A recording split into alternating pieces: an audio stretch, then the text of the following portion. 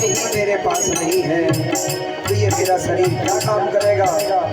तो कहा के हाथों सो गयो श्यामो संग को आराम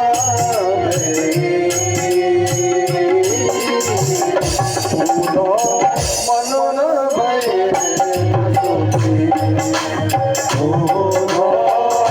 मन ना भरे दस गिरे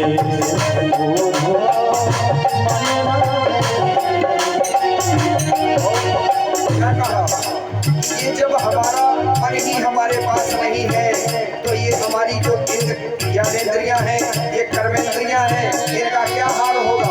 जब मन अगर शांत हो जाएगा इनकी हालत क्या होगी। तो कहती है राधा जी, सुनिए, शिथिल भई सब माधव शिथिल भई सब शिथिल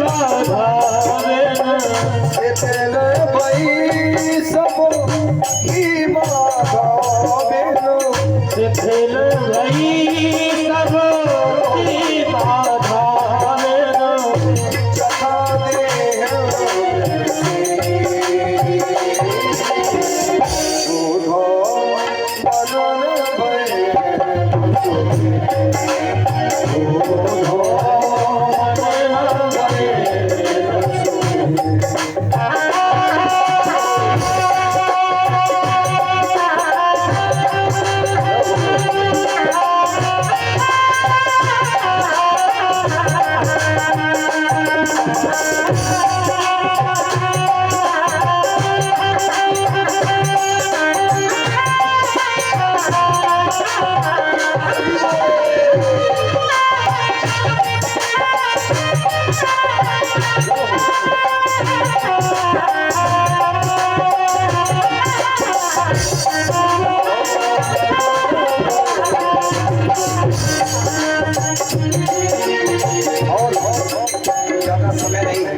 ज्यादा पूरा भजन तो नहीं सुना मन तो मेरा भी करता है कि पूरा सुना लेकिन समय भी अपने पास पर्याप्त नहीं, ठंड पड़ रही है।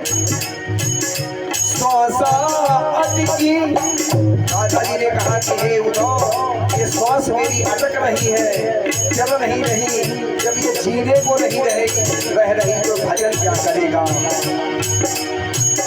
श्वास अटकी रही आशा लागी, श्वास अटकी आशा लागी, श्वास अटकी आशा लागी, आशा लागी जी बही गोटी बारी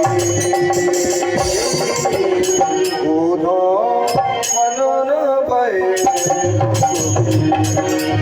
उधो मनन भय दस गिरे उधो मनन भय दस गिरे उधो मनन भय दस गिरे।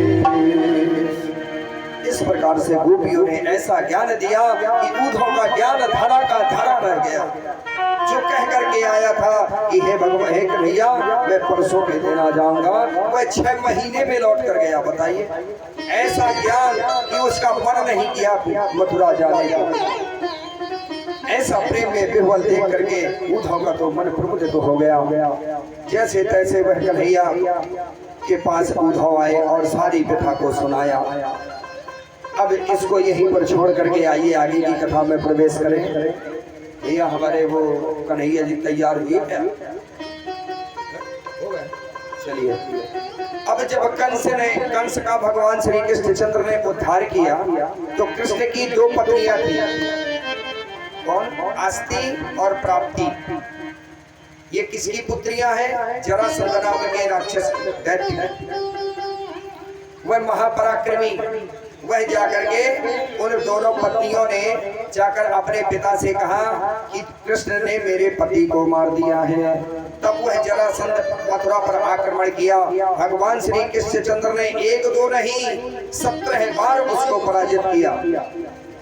जब 18वीं बार जरासंध घर में ब्राह्मणों के द्वारा अनुष्ठान बैठा करके आया और कहा कि ब्राह्मणों, अगर इस बार मैं हार गया तो तुम लोगों की मैं निर्मम हत्या करूंगा। तब भगवान श्री कृष्णचंद्र ने, तब जरासंध ने काली यवन को भेजा लड़ने के लिए। तो भगवान श्री कृष्णचंद्र ने काली यवन से युद्ध नहीं किया और वह दौड़ते हुए गुफा में घुस गए। उस गुफा में राजा मुचकुंद सो रहे थे, उनको अपना पीताम्बर उड़ा दिया।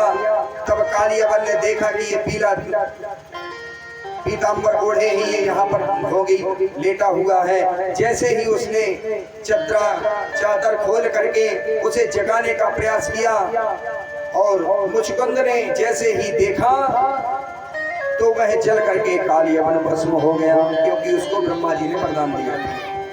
इस प्रकार से काली यवन का वध हुआ और भगवान श्री कृष्णचंद्र ने 18वीं बार जब जरासंध ने मथुरा में आक्रमण किया तो भगवान श्री कृष्णचंद्र ने अपने बलदाऊ जी के साथ में दोनों जाकर के एक पहाड़ पर चढ़ गए। तो जरासंध ने उस पहाड़ के चारों तरफ लकड़ियां लगवा के आग लगवा दी।